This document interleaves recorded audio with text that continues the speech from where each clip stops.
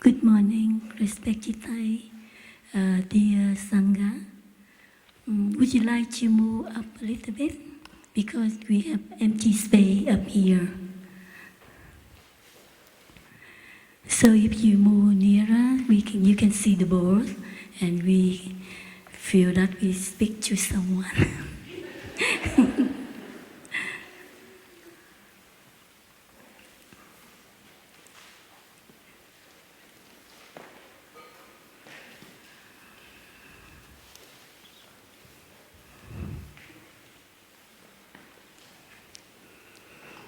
Thank you for your... So now we will listen to three sound the bell. Take your relaxing position and just go back to your breathing and we listen to three sound the bell. Breathing in, I am aware of my breathing in. Breathing out, I am aware of my breathing out.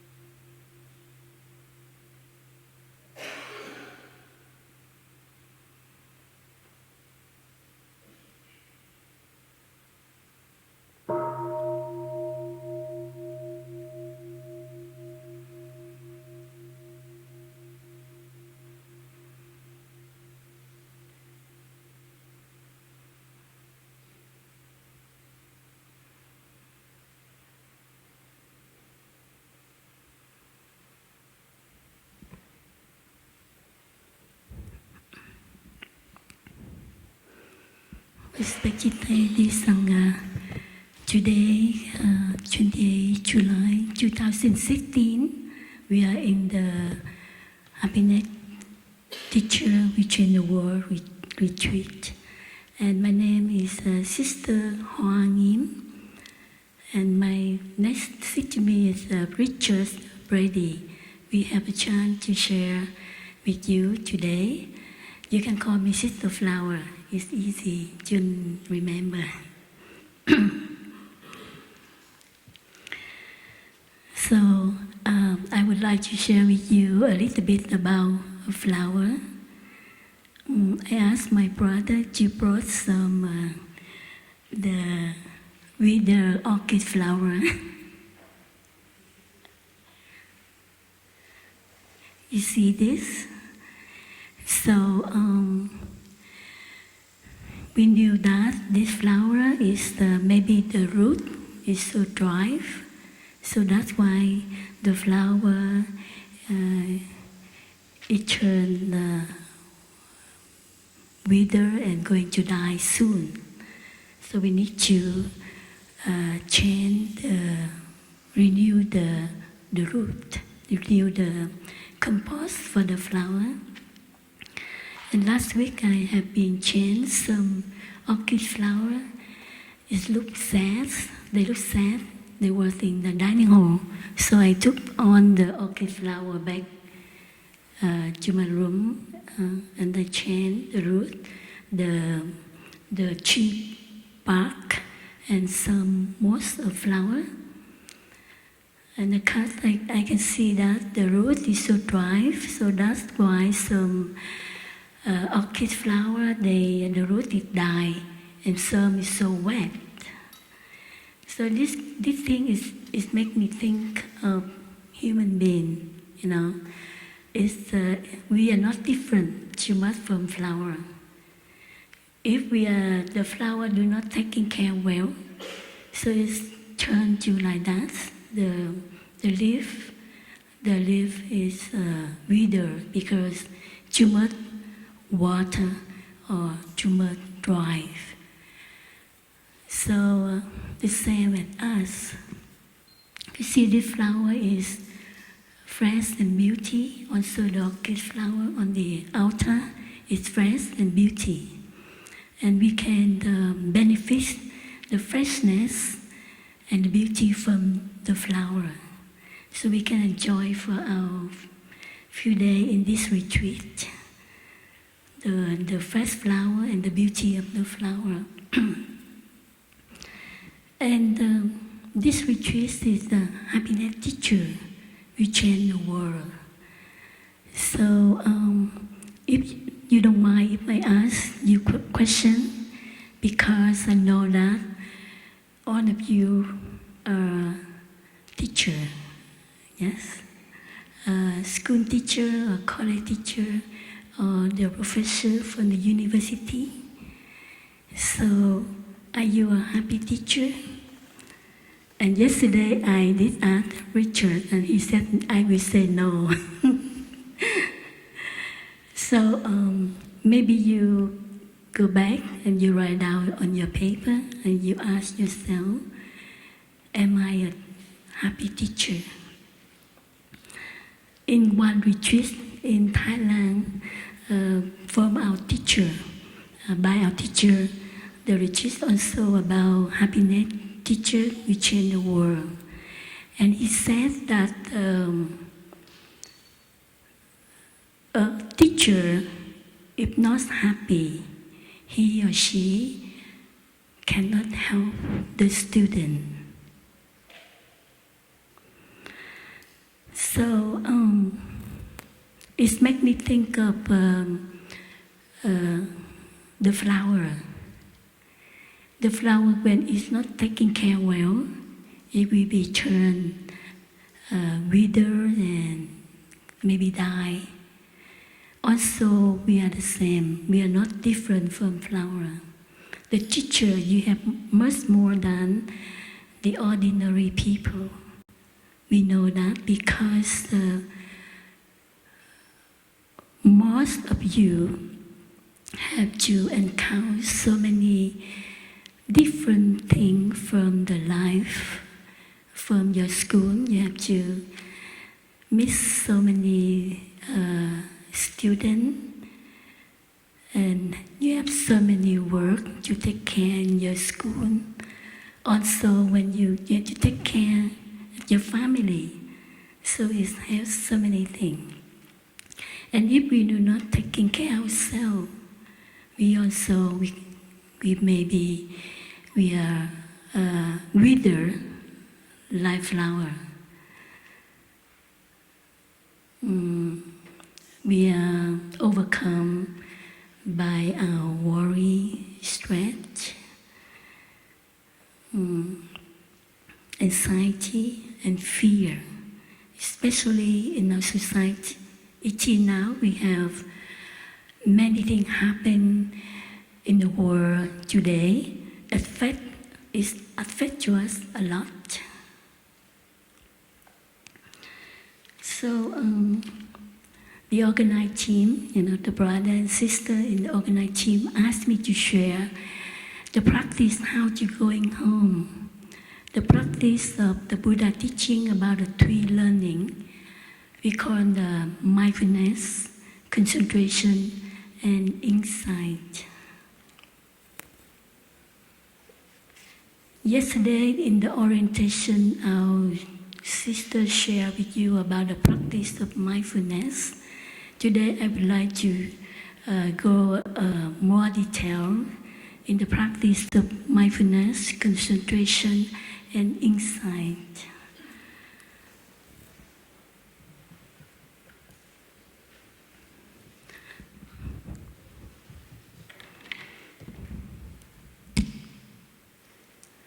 So suppose this is mindfulness.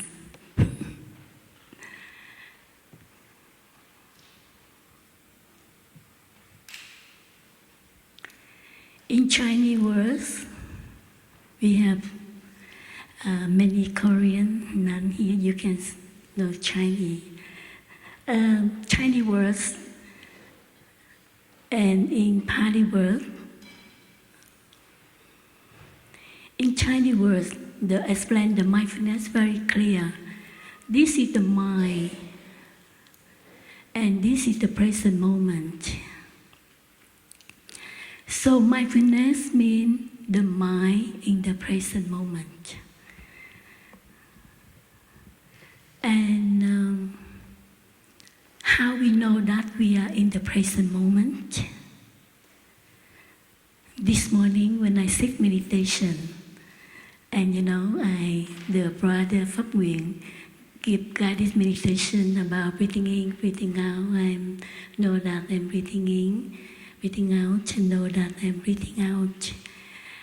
And suddenly my worry about the Nama talk is arising me.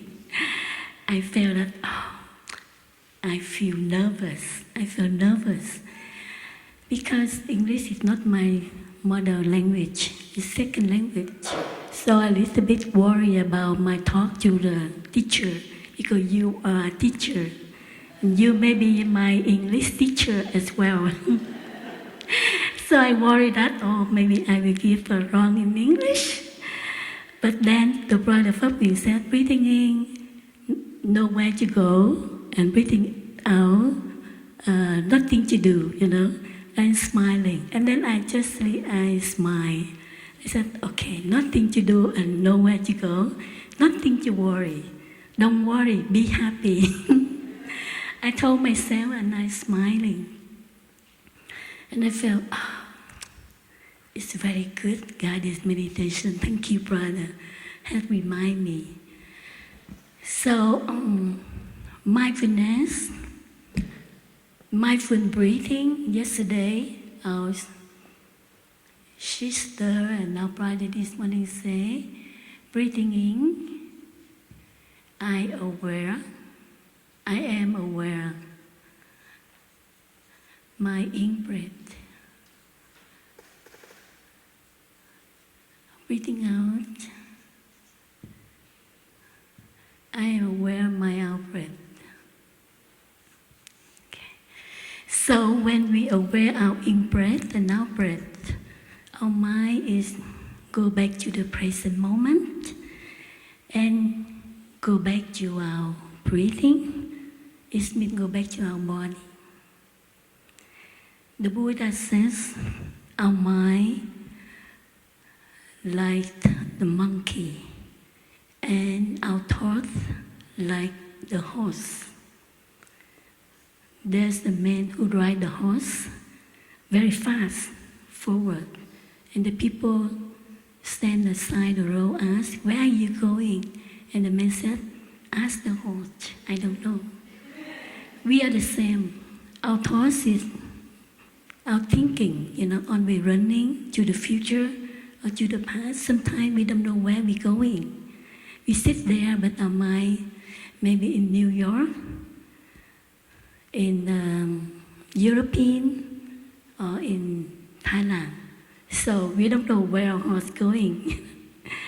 So the practice of mindful breathing, like a string, a cable, bring our mind back to our body, to the present moment. And if we continue to keep the breathing, we focus on our breathing in, breathing out, we call it concentration. If our mind keeps like this, longer, to this point, we say concentration.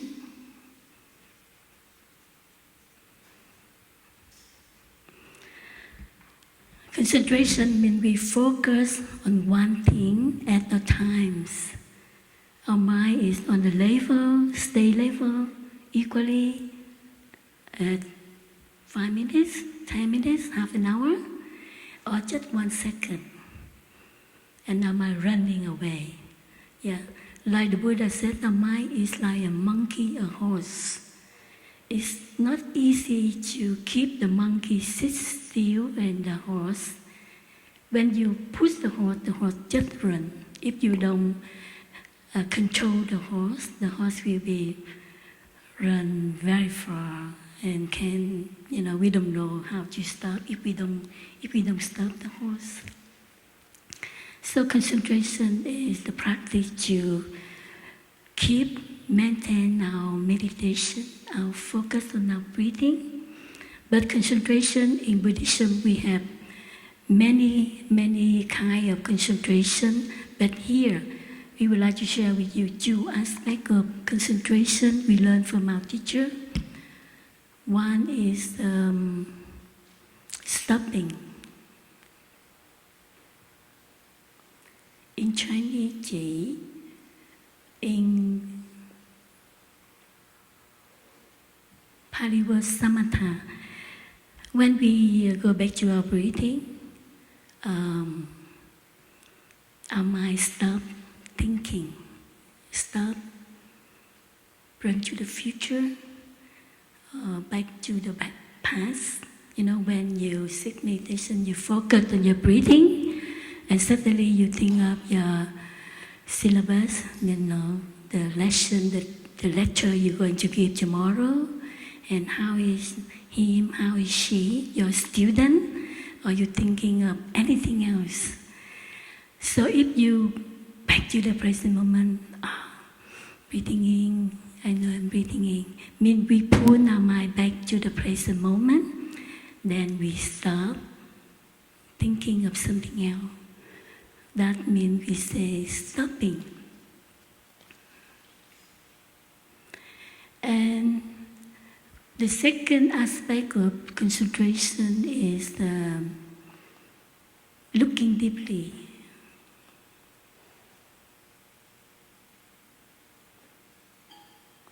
It means, in Chinese word, it's one, and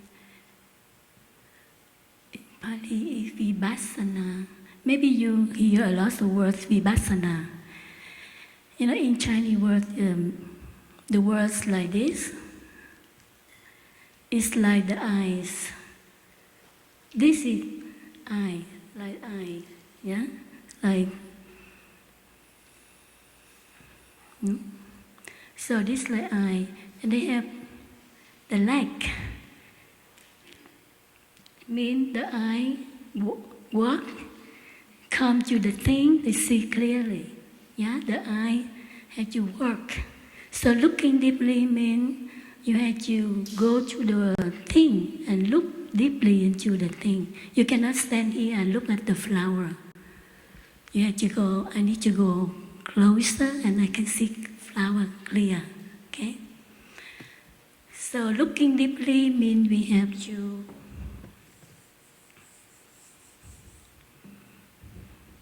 come closer and look, you know, like staring, you know, look very deep into that. So when we are aware of our breathing, we go back to our body.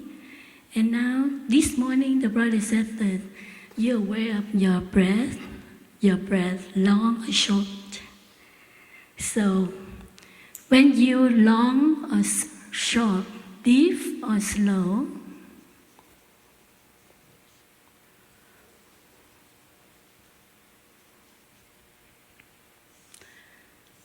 your mind in the focus, very focused, and your mind become clear and like a still water. Your mind is now no more worry, anxiety, no more worry, anxiety, no more, sad or exciting something. So now when your mind is clear, then you can see your body breathing in. I am aware of my body.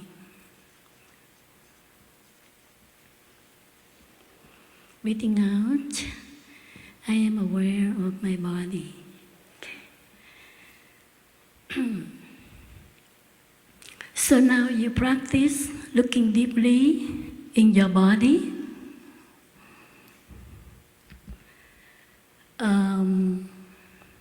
Before that, I need to say this thing because,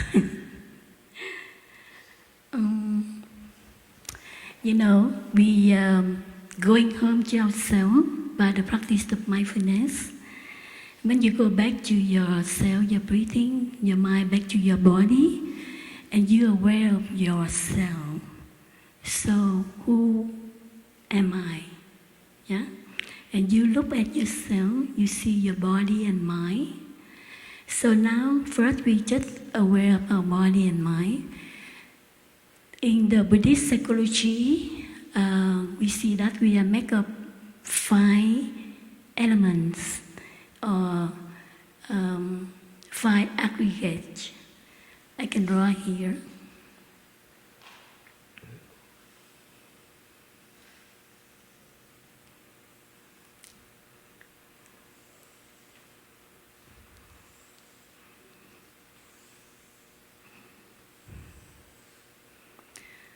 So the first is your body, and second, feeling, third, perception, 4, mental formation, and the 5th, consciousness.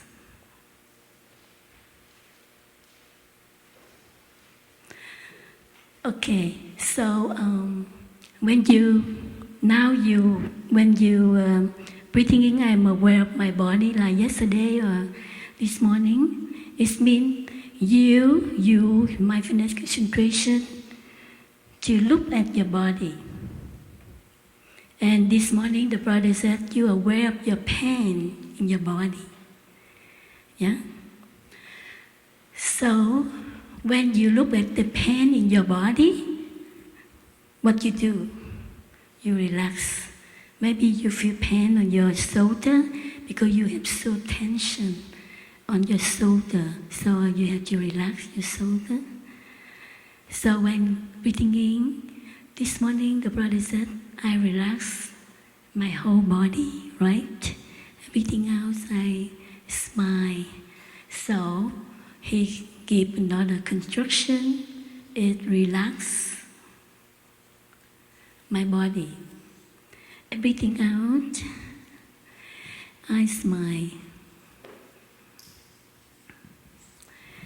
My teacher said, the school teacher, should learn how to relax your body.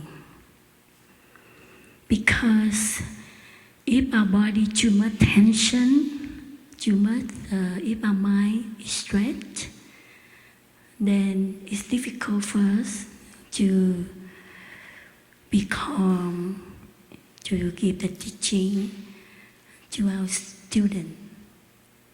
You know, when our body relaxing and feel healthy, your mind will be clear. So the teacher should learn how to relax your body and smiling.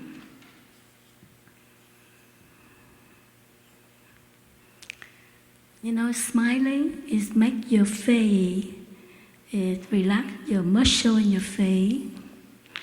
When we smile, we feel better. And you feel relaxed. And will make us more beautiful and younger, right? You like happy and you like beautiful and fresh.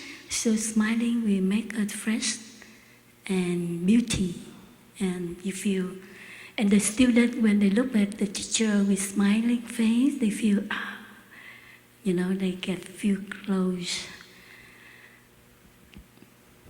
So, when we looking deeply, we see our body, if we continue deeper in our body, we can practice scan by mindfulness. You can aware of your whole body. This is, I just summarized because we don't have time. You can, scan from the head to your body or each part in your body. You know, when I prepare this lesson, and I'm thinking that our body is the wonderful creation. Each part in our body have a different function. But when they come together, they work very harmony together. But if one part in our body have something wrong, like, the function is become different, and we know there's something wrong for the part in our body. For example, our heart. If we have too much tension, too much worry, we may get heart disease. Or we can see that many doctors said, now the world today, many people have lung cancer. And we can see that because many of them, they are addicted to tobacco, or they have liver cancer, many cancer, kind of cancer. So all the cause of problem is come from our mind, right?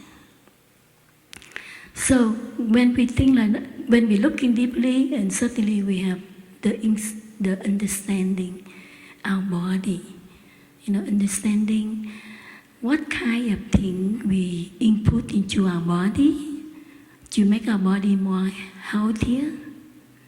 I love to eat spice, but I need to reduce chili. If I eat too much chili, I will got stomach ache. So I have to reduce, even though I love instant noodle, I love chili, but I said, I told myself, no, you should reduce this kind of food.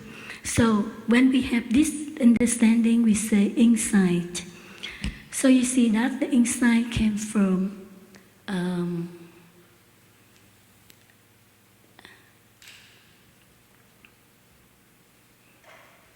concentration. So this is, I want to draw the picture of, how you say in English, the triangle. Why? And we can put the 5 skandha in here. So these 3 elements, 3 power will,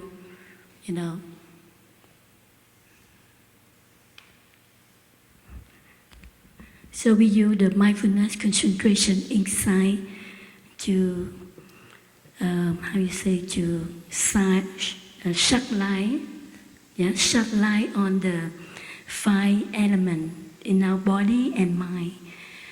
And but in Buddhist psychology, in Buddhist psychology, our teacher make it more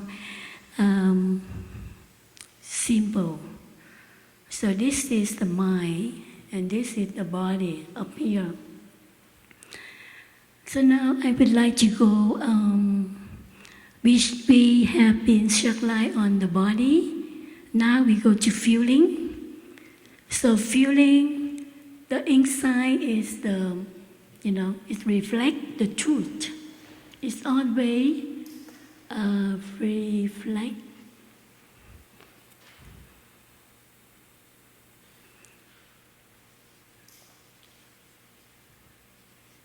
the truth, because it means also understanding.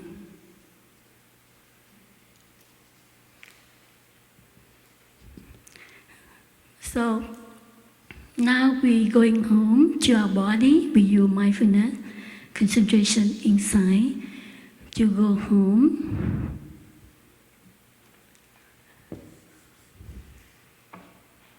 This is our home. Home is mean ourselves. We use the 3 elements, the 3 power to focus, to shed light on our 5 skandhas. So we go to see the feeling. Feeling is have pleasant, unpleasant, and neutral feeling. Like now the weather is so hot, And if we turn air condition, we feel cool, and then we feel pleasant feeling. Or if we have the wind breeze, flow, and you feel very pleasant feeling. Or when you're very thirsty and you drink orange juice, and you feel very pleasant feeling. So the feeling, they have three aspects: pleasant, unpleasant, and neutral. And now we go to perception. Perception in Chinese words is like tưởng, it's the you, the mind, and this is appearance. You mean perception, also another word, perceive. When I look at lemon, it's easy to example. And this lemon, because they give you a shower, because you have tasted the lemon before. So when you see lemon, the appearance of lemon, and you say, this is lemon. So this is perception.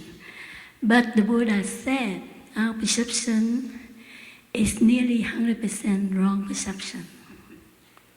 Sometimes we look at the flower, you think is beautiful, it's like that, it's permanent, but actually it's not. It changes every second. So if we base on the form, we may get the wrong perception. So anytime in the Buddhist psychology, they give the example very clear about a string and a snake. In the evening, at night, if you walk outside and you suddenly step on the string and you say, this is snake, and you may be afraid. But actually it's a string. So when we see something, our teacher said, we don't give conclusion, and you have to wait. Or you have to ask yourself, are you sure? Yeah? Are you sure we have to keep the question, are you sure what you see is correct? It's right? And mental formation. Mental formation is, in Buddhist psychology, they have 51 mental formation. But feeling and perception is one of the 51 mental formation. Mental formation like, I'm happy, I'm sad. Mindfulness also mental formation. Concentration also formation, and insight. So this came from our mental formation here. And consciousness like store in our mind, is store all kind of, mental formation is manifest outside.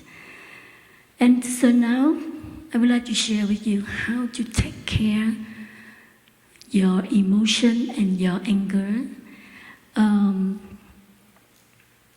So emotion and anger is the one of our mental formation.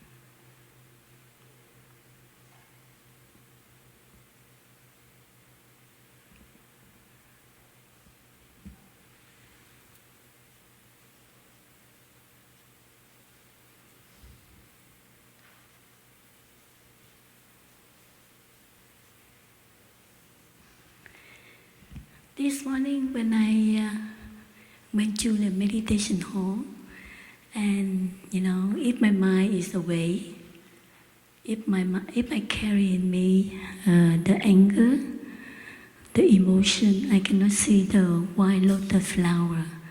It's on the pond, very beautiful and blooming, So when I walk and I saw white lotus flower, very beautiful, blooming there. So I came and I looked and enjoyed the beautiful flower. So if we carry our emotion, our worry, our anxiety, we cannot see the wonderful life around us is happening in the present moment, So when a teacher, as a school teacher, I know that you have to encounter many things. If we see on the good behavior student, we are lucky. But everyone not the same. Some people, they are not very nice behavior. And it makes us easy, emotion easy to arise in us. And when emotion arrive, we cannot control ourselves. We can explode by our anger. For the last few days, when the rain and the wind come and looks, I sit in my room. I look out the window. I saw the top of the tree are shaking and pushing side by side, strong by the wind. But we look at the trunk of the tree. We see it's stable. So we also the same. This is my teacher teach. Yesterday, the sister asked you to put your hand on your belly. So in our body, when our emotion come or our anger come, it's like the storm of the wind come. And if we stay our mind up here, if we think about the anger and we exaggerate more the problem, it can make you more angry. So my teacher said, you should put your hand on your belly. It means where the trunk is. So when the emotion comes, you go back to your trunk, not on the top of your head. This is where, like, here is the mind. If the emotion comes, and if our mind, here is our mind. And if we step here, we exaggerate the more. We're thinking a lot, and it makes more angry and make us more emotion. So we should come back to our trunk. It means you put your hand on your belly, you go back to your trunk, and you breathe in and out. So now can we do it a little bit? I have 5 more minutes. So now we put our hand again on our belly and breathing in. I am aware of my belly arise. Breathing out, I am aware of my belly fall.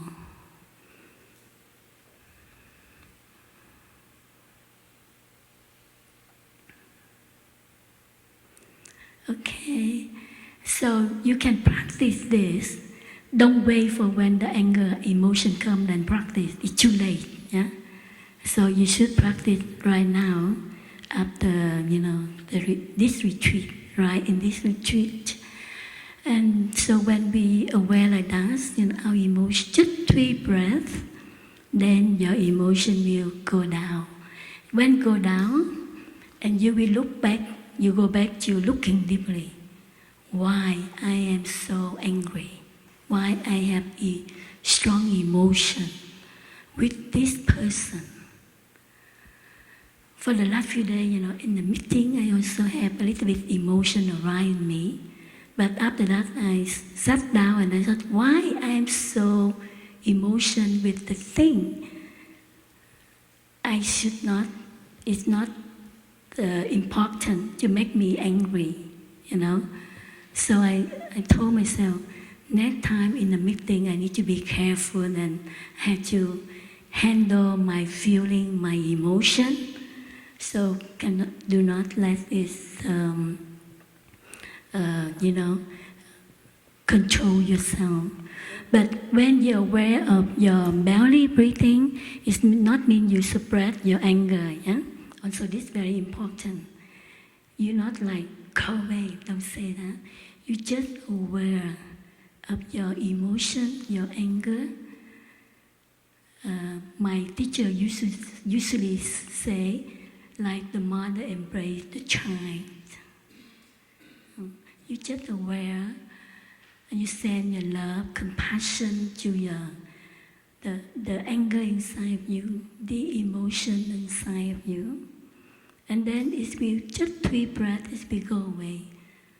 Trust me, it's work. I experienced about this in the past. But we should practice every day. Don't wait for emotion come and then practice will be too late. And then when we are calm, we are clear mind, then we practice looking deeply into the person who make us angry and emotion. And we know that he or she, we look deeply into that person, we will see the history, personal. Maybe he or she is the continuation of their parent, and the parent are not a happy person, they are not the kind person, and he been educated by the parents, or they live in the environment, it make that person not very nice boy or nice girl. So when you look at that, it's, okay, now I understood. We have to find out, and when we understand, you can forgive the student who make you angry, who make you emotion. You feel love for him, you feel love for her. So when we feel love, we change the way we teach that person. We may say some words, loving speech. Yeah, we will have loving speech to the student. So loving speech is also very important practice for the teacher. Loving speech is from understanding,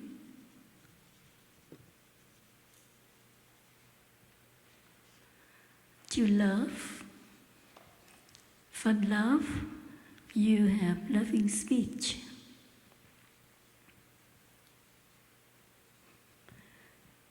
We don't speak the rude words, the unkind words.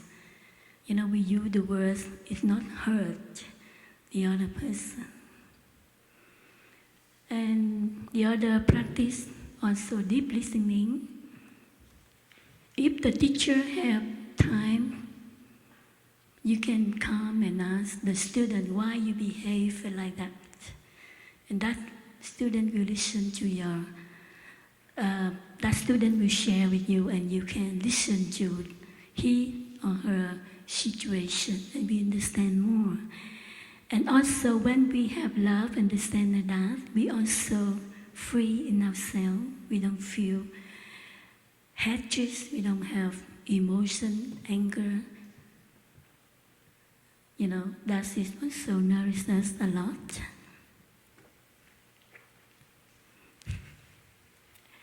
Maybe I will end here because it's time, even though not finished completely, but I have to give time to Richard. He continue to share sharing the topic today. Thank you for listening.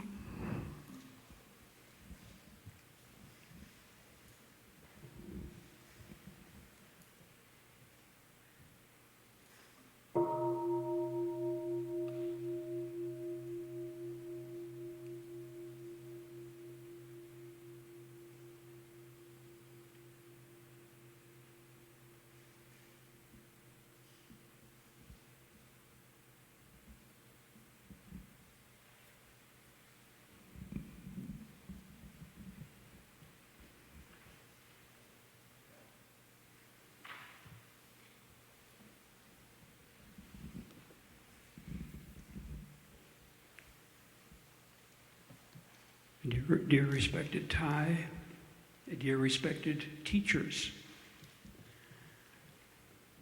first of all, I want to thank Sister for bringing us such important teachings, and I think it's a good place to continue because I want to ask us to look deeply.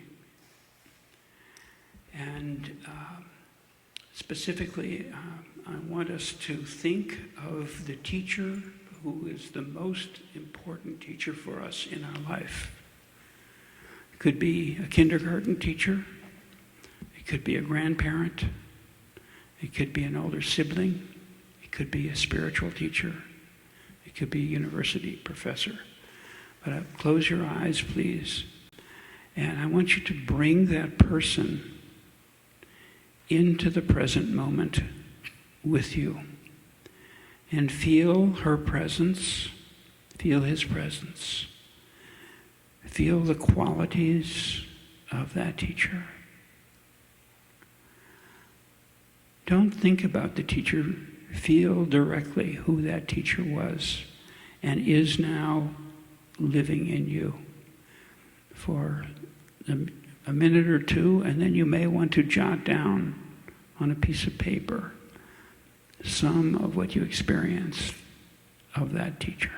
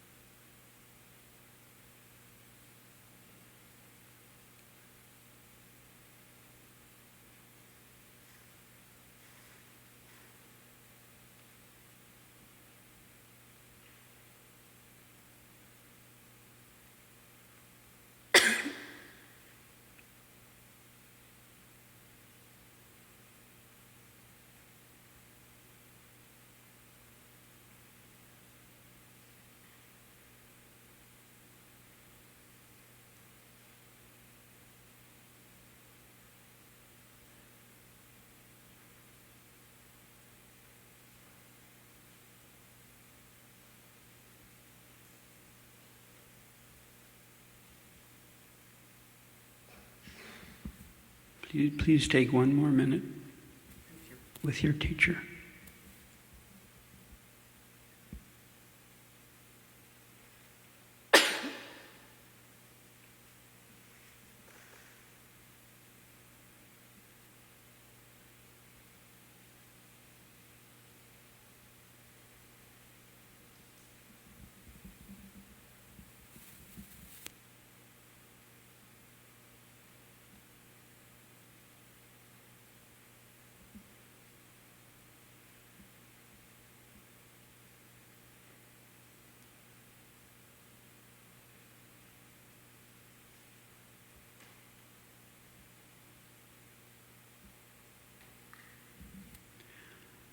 Now I'd like to ask everyone to turn and face directly someone else. And do this in silence. You may need to move. If you're on a chair, turn and face someone on a chair. If you're sitting on a cushion, turn and face a person on a cushion. But be directly face to face. You're going to be talking, you're going to be sharing your teacher with your friend, your new friend. So be as close as you can be, so that you can not disturb anyone else. If there's any person who does not have a partner, please raise your hand. There's several people who do not have partners. Here's a sister there, in back. There's someone here. Okay. We have somebody in front also. Is there anyone else?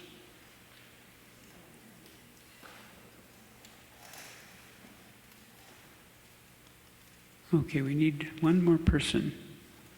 Sister Ocean, can you share your teacher? Or we have one? Okay, we're okay.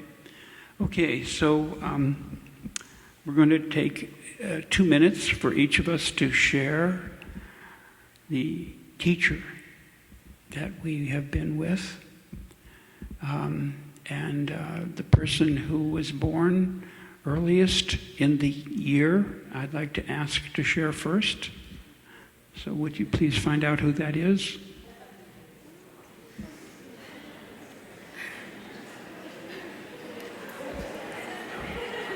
Just say 2 words, that's enough.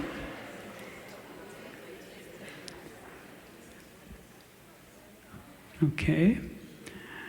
So please share. Yeah. So please share the first person. I'm going to sound a bell. It's a very small bell. And so that will begin for the first person. And then there'll be a small bell to end. So that means that you're going to have to be talking very quietly to hear it. Okay? So please begin, first person.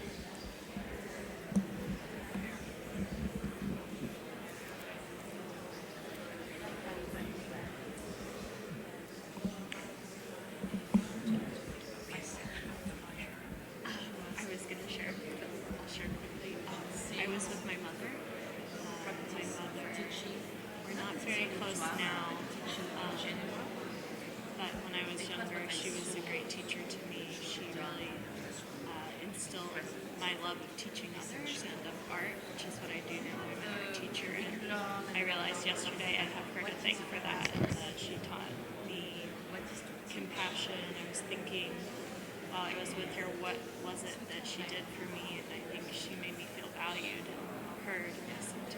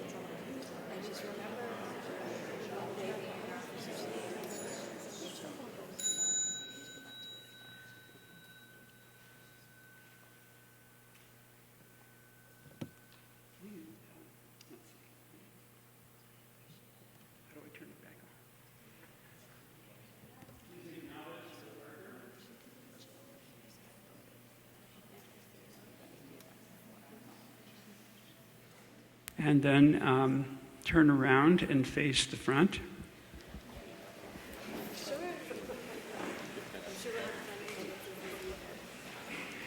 But I'm going to ask you to close your eyes again, because I want you to, you've just experienced two teachers, your own and that of your partner. We are bringing into this hall many, many, many teachers. Spiritual teachers, school teachers, family teachers. The energy of teaching is very strong in this group and very beautiful. So I'd like you to close your eyes for a minute and just feel the presence of this energy surrounding you, holding you, and which you are a part of, creating and holding the others in turn.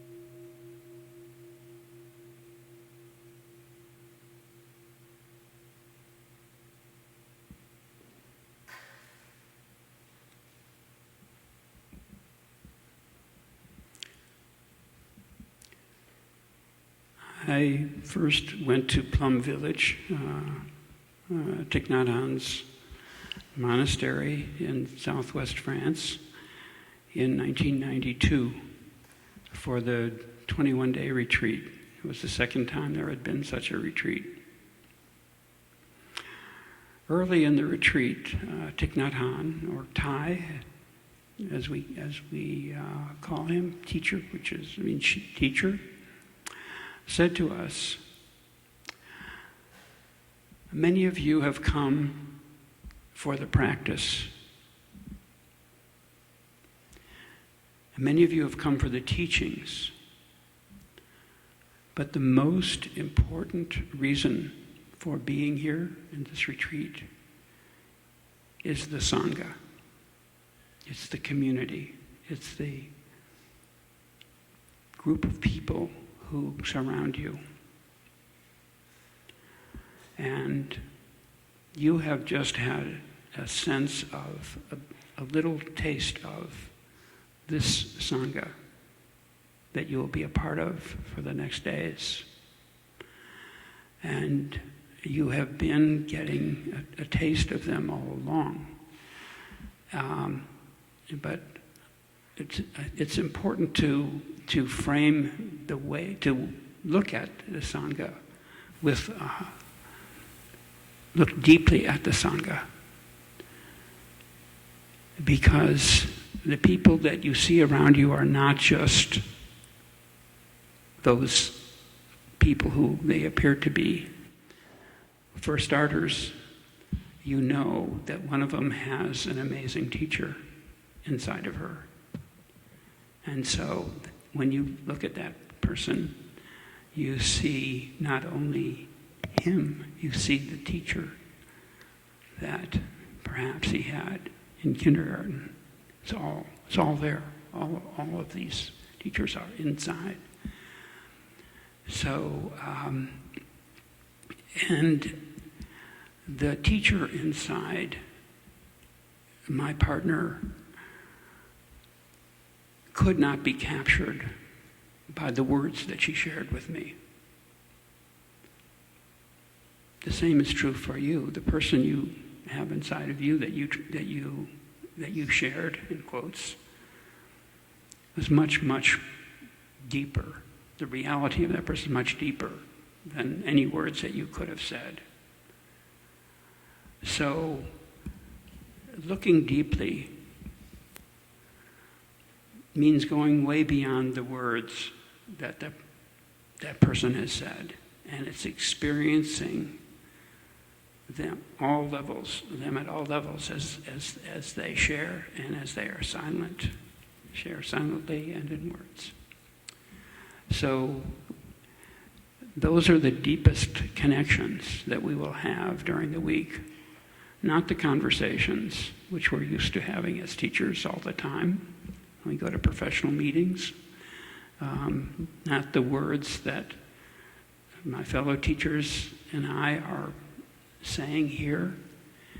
It's about the presence that each of us shares with you, which is much more than just the person you see. It's all of our ancestors, all of our friends, our children. They're all in us. We're sharing all of them in our presence, and as an offering, a gift to each other. So, how do we stay in touch with this deeper truth, this deeper reality? You've just had walking meditation, outdoor walking meditation. For some, it was the first time. I took a nap. But I've had my share of walking meditation. And you may have noticed, particularly, well, even if you've been doing it a long time, you may have noticed your mind, what your mind did as you were doing walking meditation. Perhaps it was comparing how your walking meditation felt to that of someone else. This is pretty normal. Of course, it's what students are doing all the time. So 1992, again, the same retreat. Before the first walking meditation, Ty said to us, when you go out and you start doing walking meditation, you will look around and you will see somebody walking very beautifully. You may say to yourself, I could never walk like that.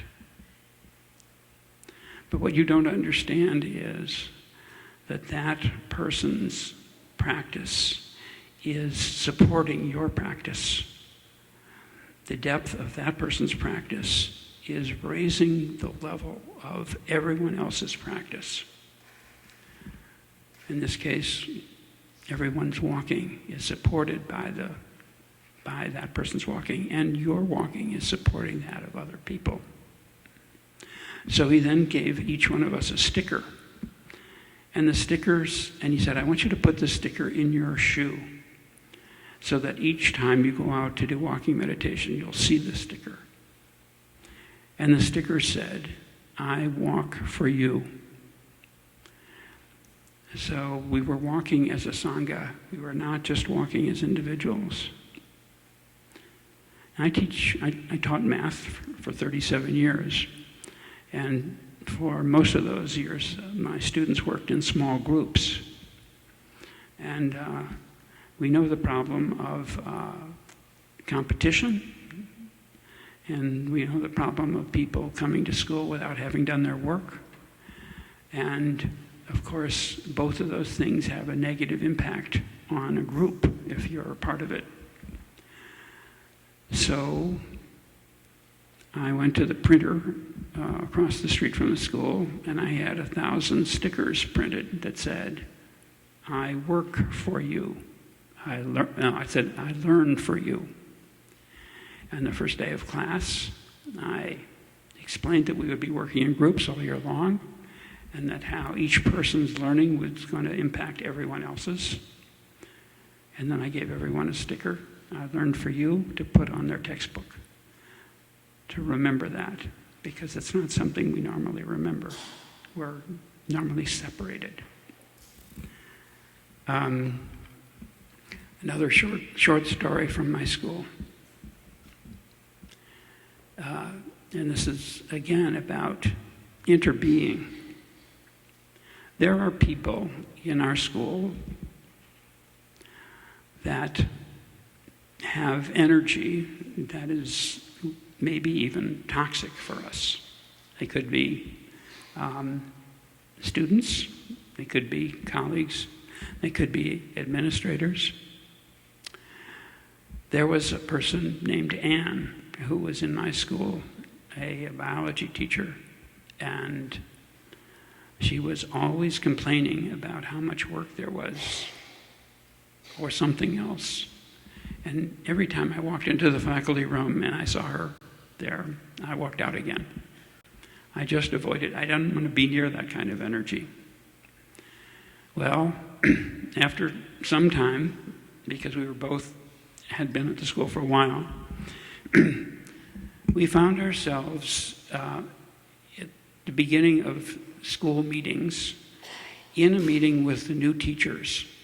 Neither of us needed to be there. We both were curious. What was the administration telling these new teachers about our school? So, but one of the things that the new teachers were told was how wonderful it was to volunteer to be a coach, to sponsor a club, or to do any one of a number of other extra things that were not in the job description. At the end of the meeting, I asked if I could say something, and the principal made a mistake and said yes. And I said, "You know, you've heard about there are lots of all these opportunities for you to do things to get to know students better. But even if you're an experienced teacher from other schools, this first year is going to have a very steep learning curve for you. You will want to be sure that you have enough time to do the job that you are supposed to do before you volunteer to do anything extra. So just pay attention to that." So we went out in the hall, and immediately Anne came up to me and said, "Oh, Richard, that was so wonderful that you warned the students about the amount of work. Now they may be able to avoid really getting very overworked, at least the first year." So as she said that, a light bulb went off in my head. And I said, "Anne, yes, I think, there is really too much work at this school. But I just got an idea how we could help each other. So this is my proposal. See if you think you would like to do it. I propose that for this year, anytime we see each other, wherever we are, wherever we're going, whatever we're doing, we will stop and we will smile to each other and we will breathe in and out 3 times, and then we will go on our way." And she said, "I really want to try that. That sounds good." So for 1 year, we did this. We were not in the same department. We didn't always see each other every day.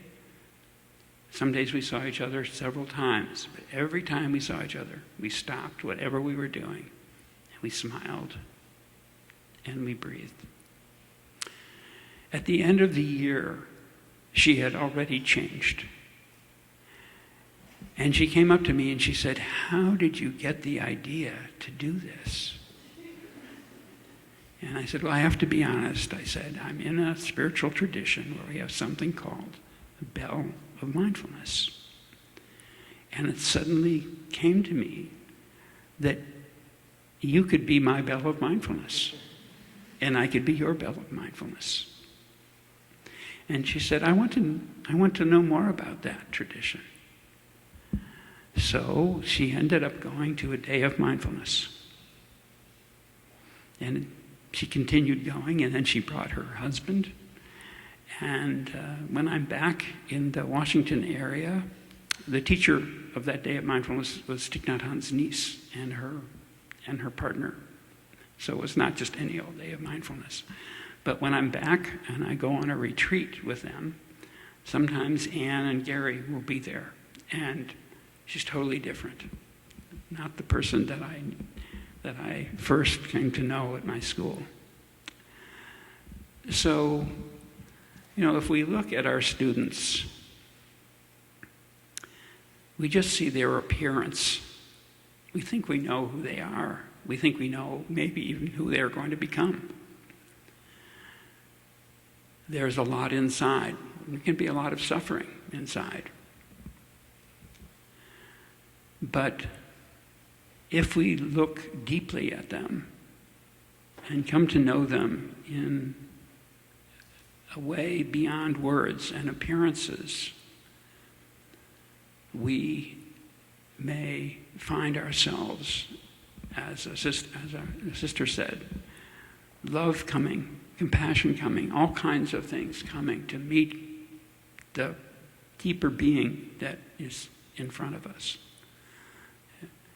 And that person may be a very different person from us. And if we can model this kind of connection with students, it will help them model it with each other.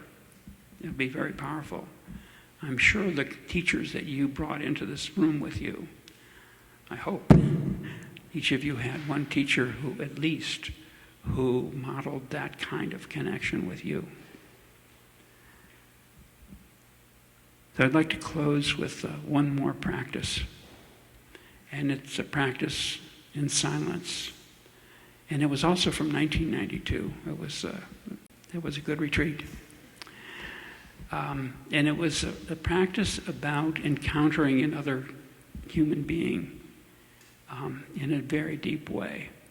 So I'd like all of you to stand up and to find somebody you don't know and to stand facing them in silence.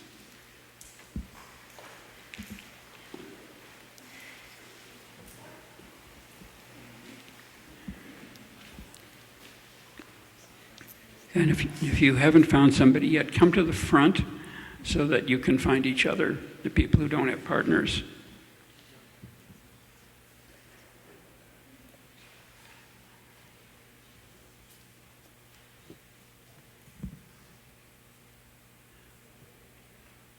Okay, now, just hold out one of your hands in front of you and look at it. Look at your own hand.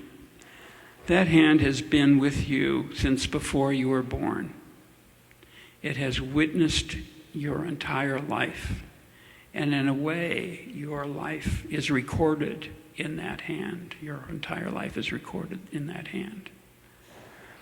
And your partner's entire life is recorded in her hand or his hand. And so in this practice, we're going to share our life story with our partner in the following way.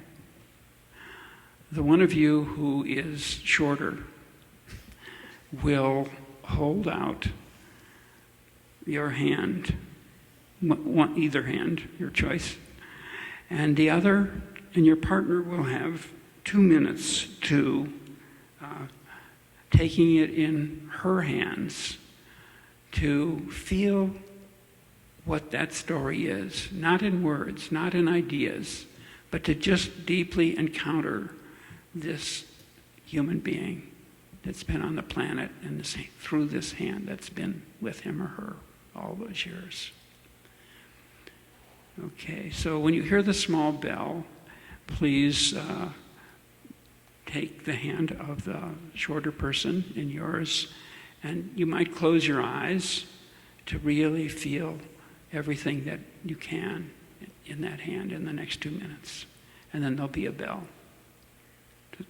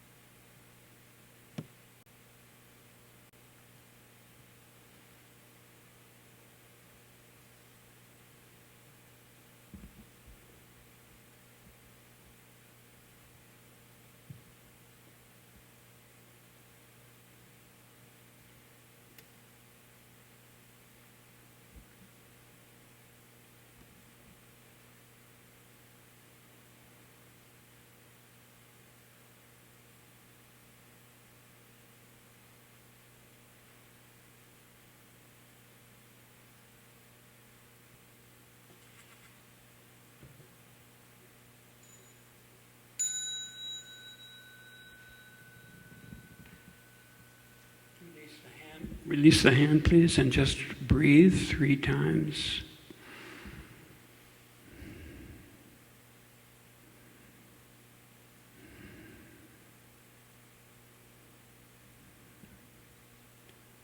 Now, will the taller one of you please offer your hand?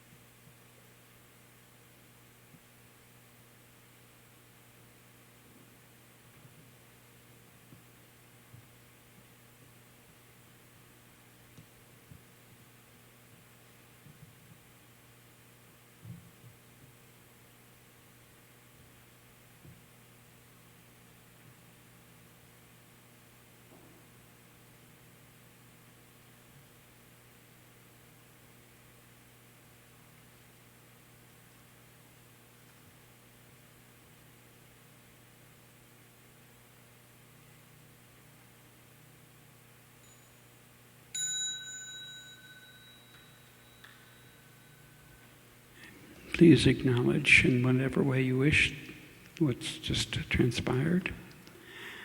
And Ben, please have a seat for us to listen to the sound of the bell.